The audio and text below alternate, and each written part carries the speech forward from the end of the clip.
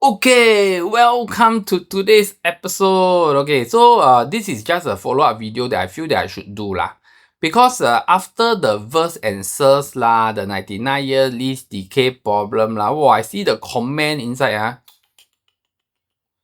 lot of people don't understand what is going on you know, and a lot of people say things like, oh, new launch eventually also become resale mah, why like that? I tell you, I don't want to comment on all the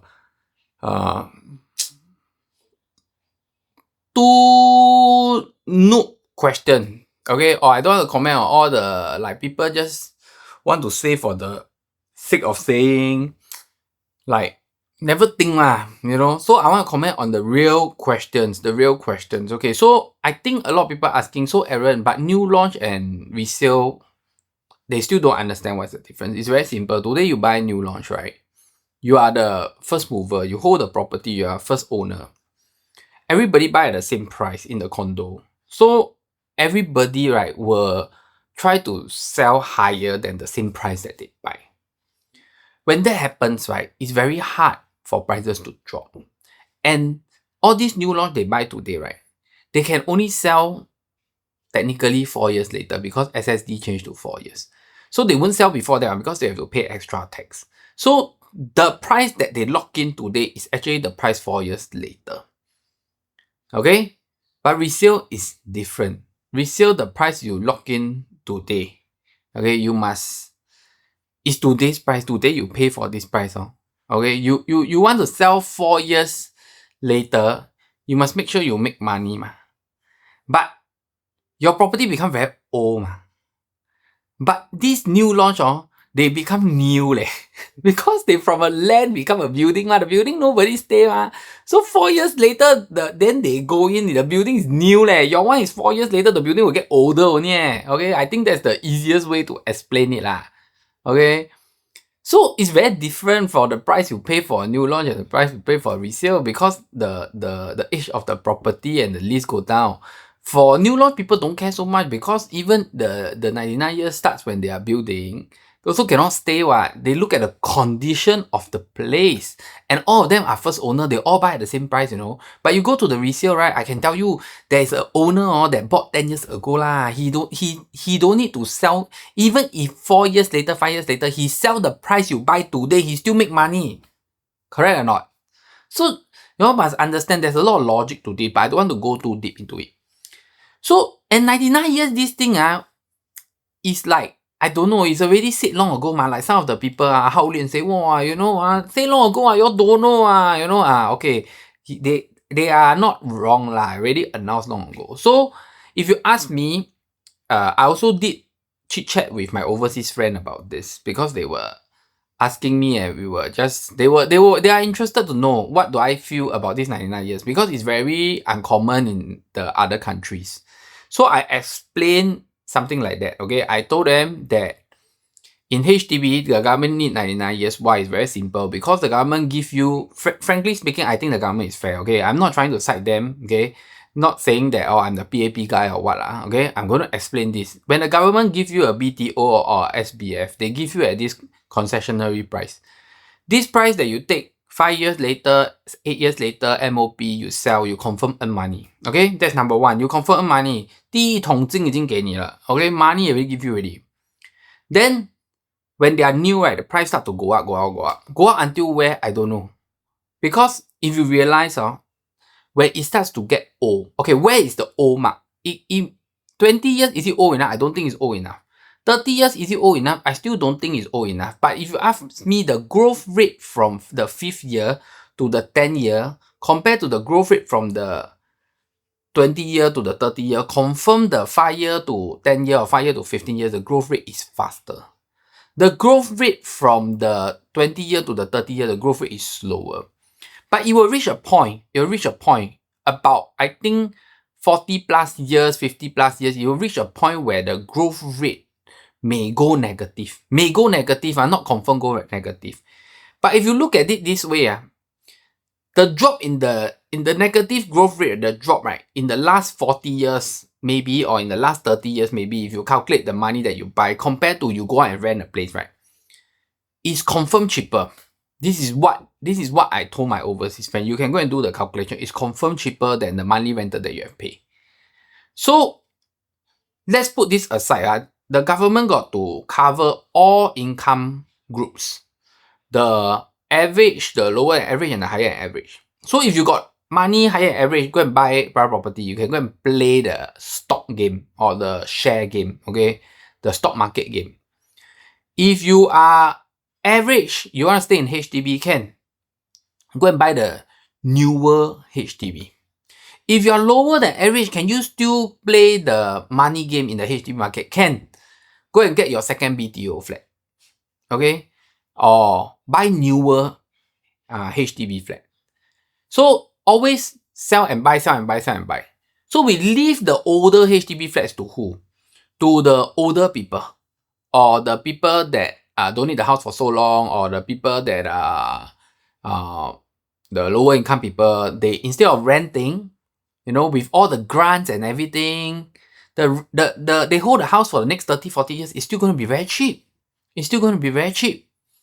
So I feel this is what the government is trying to do. And then I remember that there's a lease buyback scheme. So if you're very old, you can do lease buyback scheme. Okay? Or you are very old, you can go and buy the 老人公寓, the elderly studio apartment by the government. If you buy 30 years, don't know how much, then if anything happen, you go to another world, they will give you back a certain money to your nominee and whatsoever. I don't know the details, but it's somewhere like that. So there's a game to play. It's a fair game. If the government don't put houses to 99 years, then you think the next generation of Singaporeans, we are not talking about the next generation as in like next generation. We are talking about the next generation, the next 50 years, the next 40 years, the next 80 years later, the Singaporeans. What are they going to do? Live in your 102-year-old house? Live in your 150-year-old house and you're still trying to command a high price? And the government cannot take back. Then the whole Singapore become old HDB flat. Cannot be, ma. Or what? Flip your HDB flat. So everybody hold like the new private property that everybody try to buy HDB flat loan so that hope that one day they can unblock and take a fortune take a pot of gold from the government. Cannot be, right? So this is public housing. Not here to earn money with public housing. The main focus of public housing when they were invented is not for us to get a pot of gold. So in order to protect this system and make sure that the integrity is correct, you cannot have a freehold HDB flat. You know, why? Okay, I give you an example. Today, you take a private property as a HDB flat. You think about it this way. There's freehold private property, 99 years private property in the market that people buy because it's very old. And there's these people, this group of people, whether they are right or wrong, let's put it one side. But the motive and the intention, the agenda is very important. They buy all these old properties, they hold. They hold for the sake of thinking that a collective sale will happen. Because when a collective sale happens, they make a fortune out of it. So there's this group of people that do this. So we also cannot say that they are wrong, you know, but we also cannot allow every single property to have people thinking this mindset to purchase this kind of property and hold. So imagine this effect is being put in a HDB flat. Then that is gone case. Okay? Then all the HDB flat will become very, very expensive because these people just buy and hold, hoping that an en bloc process will come and they will make a fortune out of it. Then when people make a fortune out of it, I ask you, is it the integrity of the HDB flat get challenged again? But the integrity of the HDB flat is for what? It's to provide affordable housing to Singaporeans, to all Singaporeans. So I fully agree with what the Singapore government is doing. But does it mean that confirm we liao? It's very simple. Just don't buy a old HDB flat if you can. Correct? If you have the money, don't buy an old HDB flat. If I'm very old today, okay, I'm maybe like 70 plus years old okay, or 80 plus years old it's okay to buy an old HDB flat, you know. Anyway, anything happen, I throw a bit of money, I keep going holiday, I just stay there, or I just stay there for my last few years of my life. Then later on, like that you know, I can take the other money to go and put into a fixed deposit that from my condo sale or for my BTO sale or whatsoever You know, I take it as is a rental thing because I already left last few years So it's not wrong. I feel that people should understand the game, rules of the game, how the game should be played, and then play accordingly if you got the money. So if you feel that you are in the average or the above average and you can afford buying the newer HDB flats or the newer condos, please feel free to do so because that will protect you. You will never have the VERS problem. Because frankly speaking, I seen I meet a lot of older HDB flat owner recently.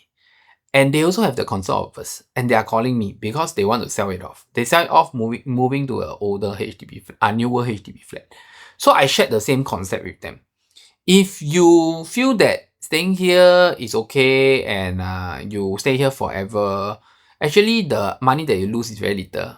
But if you feel that you have a little bit more money and you want to move to a newer place, a better place, and you don't want to get affected by the lease decay of your flat, then move to a newer HDB flat. So there's people that take the left route, there's people that take the right route. I wouldn't say there's a right or wrong. It's what they are comfortable with, what they can afford, and where they're heading to in their own life. Okay.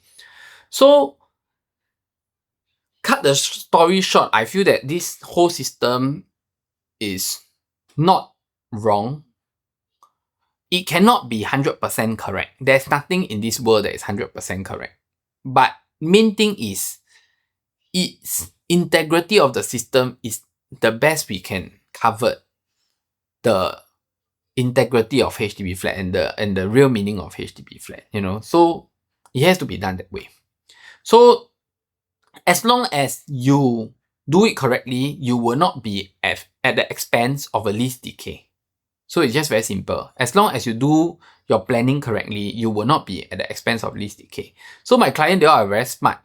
Before 55, normally these clients, before 55, they'll kind of look for me because they don't want to get their CPF trapped in their RA, then they need to appeal this, appeal that, So they always do their planning when they are about 52 years old, 51 years old, which is a right move. So very simple You watch more of my videos, then will help you to have more knowledge because all these people that look for me, they watch a lot of my videos. They understand what am I sharing.